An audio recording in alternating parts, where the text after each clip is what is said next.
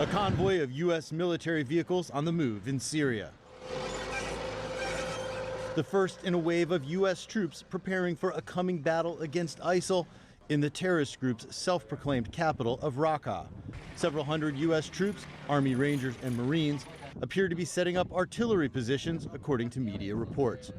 In a statement, a U.S. military spokesman says, "We are preparing logistical and fire support to enable a successful assault on Raqqa.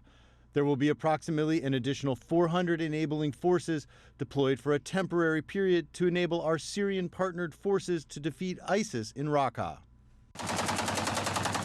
The troops arrive as U.S.-backed militias have been in intense firefights with ISIL east of Raqqa. The possible battle in the ISIS stronghold could take a similar approach to the ongoing fight in Mosul, Iraq.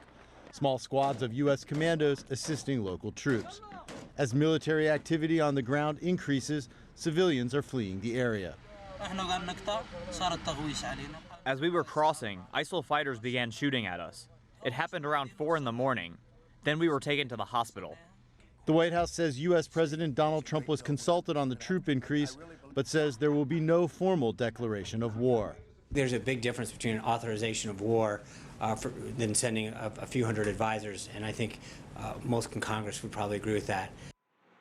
This latest deployment will bring the U.S. troop total in Syria up to about 900, Mike. Jim, is the U.S. willing to deploy even more troops to Syria if needed? Well, we don't have any kind of firm outlook from the Pentagon or the White House on long-term troop levels in Syria. It's a different situation than in Iraq, where the U.S. is cooperating with the Iraqi government. There'll be many more political issues at play in Syria if the U.S. wants to add more troops. President Trump has said he wants to defeat ISIL without committing large numbers of ground troops in the Middle East.